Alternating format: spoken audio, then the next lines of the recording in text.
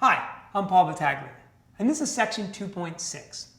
Students come into section 2.6 having looked at a variety of functions, and their inventory now is quite large.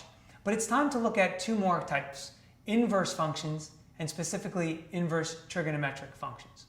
So the essential question we would like students to answer at this point is, how do I derive inverse functions and how do I derive inverse trigonometric functions?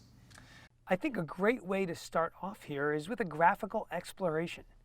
This will help students discover an important relationship. Now, keep in mind that we are continuing to encourage students to select appropriate mathematical strategies, and this section is no different.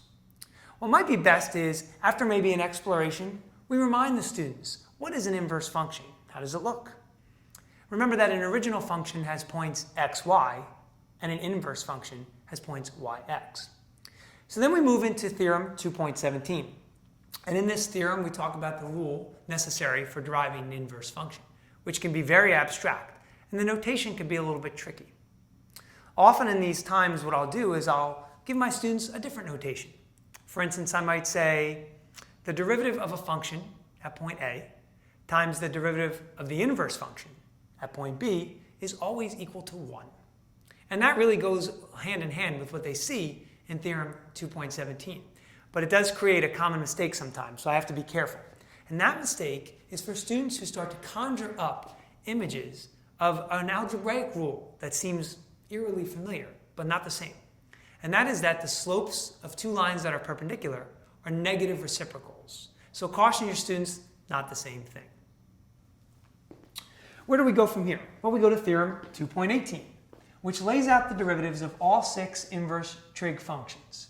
What's important to note here is on the AP exam, the two most widely used and the ones that students should focus on are arcsine and arctangent. The next thing students need to be able to do is put all of these functions into a big box. So there's a couple things we can do for closure. Perhaps we can suggest that they try and write as many rules as they can remember. Maybe just make it a little bit fun, make it timed, make it a contest.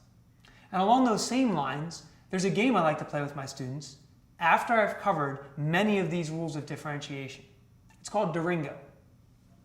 Here's how it works. It's very similar to the game Bingo. All my students would get a board. Maybe it's 5 by 5, 25 squares in all.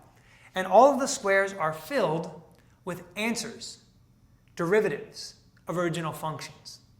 Then they'd get a separate paper that has 25 problems. And then the race begins. We're asking students to derive those 25 problems, find their answer on the board, and then just as in bingo, we're looking for the students who come up with 5 down, or 5 across, or 5 diagonally, and who can do it the quickest.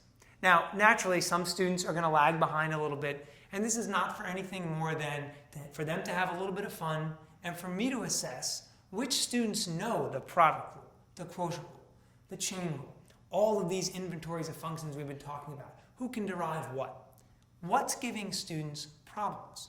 Those are things that I can assess even though they're having fun playing this game. And the rule is that you don't win unless at the end of your session you get your 5 boxes. You must yell Duringo. Corny, yes, but the students have a good time with it. Let's talk finally about how we would handle some of this stuff on the AP exam. I think what we want to expose our students to is we want to expose them to tables. We want them to see not just functions, but we want them to see this in a different light, not just analytically, numerically. Can you take a table of values and can you find the derivative of an inverse function? You might extend it a little bit and you might say, can you write the equation of the derivative of an inverse function, or the equation of a tangent line to an inverse function? These are things that we want students to try and pick up on and extend the learning experience.